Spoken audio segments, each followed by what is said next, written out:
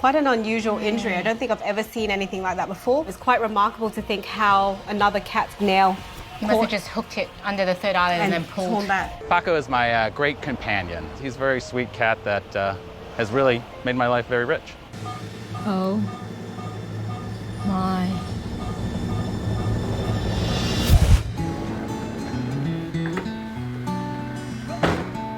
Hey, Andrew. Hey. Hi, Paco. Today, the girls are about to check a feisty cat that's been in the wars. Last night we got an email from Paco's owner and it was a picture of Paco with lots of blood coming out his eye. So we were pretty shocked, keen to see him today and check it out. Oh, that eye looks sore. Come on in. Owner Andrew is anxious about his special mate. Paco is my great companion. He's a very sweet cat that has really made my life very rich. So do you know how it happened? Yeah, I was moving house and there was a new cat that was in the area who was like twice his size, and I thought, ooh, that's not going to be good if they actually meet up. But anyways, when I came back to pick him up, his eye and his ego were both very, very hurt. Poor Paco. So Paco's one of our regular patients, and he's a loved patient, but he has got a quirky personality. He hates vets. Unfortunately, that means he hates both of us too. When he was little, he by accident swallowed an elastic of my daughter's. Oh, wow. It got stuck in his intestines, and so then he also had to have intestine surgery. Ever since then, you know, even though, I mean, everybody was nice to him and everything like that, his view is like, ooh, this is the place that cut you open. Like, Poor Paco. he'll be okay. We'll look after him. Scared. That's not a good sign. With a potentially painful eye injury, Paco is even grumpier than usual. So I think probably the blood's come from him rubbing or scratching, but I'm very worried about the actual eye itself. The worst thing that could happen is that there's a massive ulcer or a big deep scratch under that third eyelid, which would make us a bit concerned because the eye could rupture. I just hope there's nothing that they find actually more serious where he might have to lose the eye, but yeah, we'll just have to see. Okay, so this is fluorescein dye. So we're basically just going to pop that inside the eye. The dye will show up any ulcers or scratches. Bright yellow colour. So let's see how we're going to get this in the eye. Alison will have to aim from outside the box. Paco is far too agitated to try to get any closer. Oh! I got it. Oh, my How did you goodness. get it in the Wow. eye? She got it in the eye. That's pretty good for you because you really have bad aim. I have really bad ball skills, but obviously fluorescein skills. And we can just see there, even with that third eyelid halfway across the eye, that there's actually a pinpoint ulcer right in the middle. But what I'm concerned about is whether there's actually more injuries in the eye besides that little pinpoint ulcer. So I think we're probably going to have to bring him to hospital and give him a sedation or general anaesthetic just so we can really open up the eye, pull the third eyelid back. Obviously, if he's scratched his cornea, that's more serious. Poor Paco.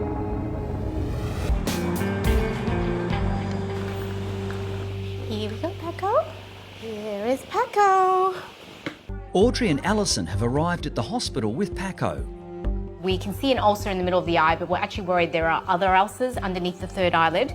So often with ulcers, they can actually rupture the eyeball, and that's because it's a weak point that can burst. So we're gonna have to give him some sedation and have a look at that eye properly. Defense mechanisms we brought today, garden gloves for each of us, big fat towel. Right, gowned up, ready to go. Ready to go. So I'm gonna open.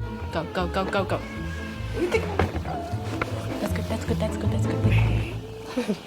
Despite his reputation, Paco barely puts up a fight. So at the moment we're giving Paco some oxygen and we've added in a bit of isoflurane, which is an anaesthetic gas. It's just going to make him quite sleepy so that we can eventually get him sedated to have a look at that eye. Wow, that was a bit easier than we thought. He's still growling at us. He's a bit better, he's growling less.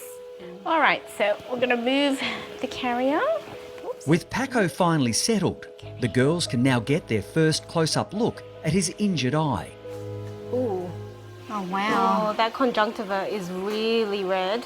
You can just see that lower conjunctiva. So I'm just going to give the eye a very good flush.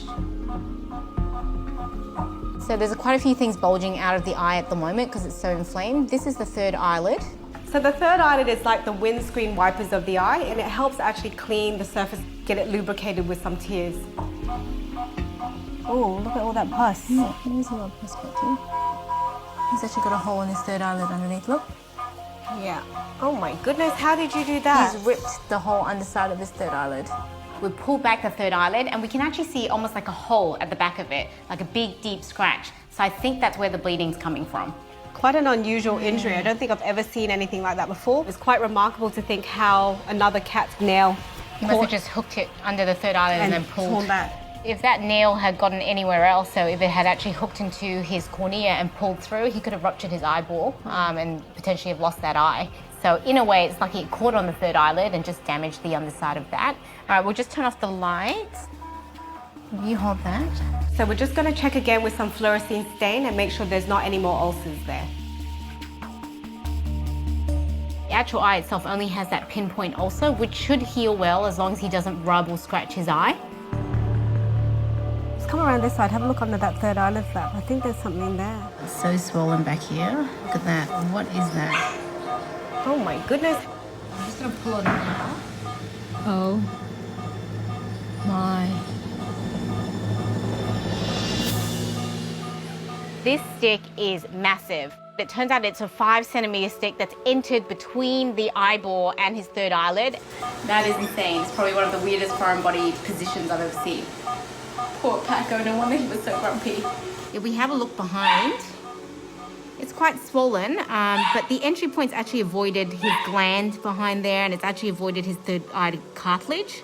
So I think that's going to close up quite well. We'll have to monitor it, make sure it heals well, but I'm pretty confident it should seal over and look really good again. We'll send Paco home with some eye drops. Yeah. So it's a bit more comfortable because we've been fiddling around there. So as long as he leaves it alone, he takes the drops in his eyes and Andrew manages to medicate him, he should heal really well. But 3 days' time, we'll come back and check on that. It's definitely Paco's lucky day. As soon as he's fully awake, he can go home to his relieved owner. Okay, let's get you home. Hey, Andrew. Hi, Paco. It's been 2 weeks since Paco was involved in a cat fight and somehow ended up with a 5 centimetre stick embedded at the back of his eye. Literally, once that was removed, it was amazing how much he changed. Fingers crossed, no more fights and no more sticks. Yeah. Stay away from trouble, Paco. Hi, I'm Dr. Danny. If you enjoyed this video, please remember to like and follow the Bondi Vet Facebook page for more great content.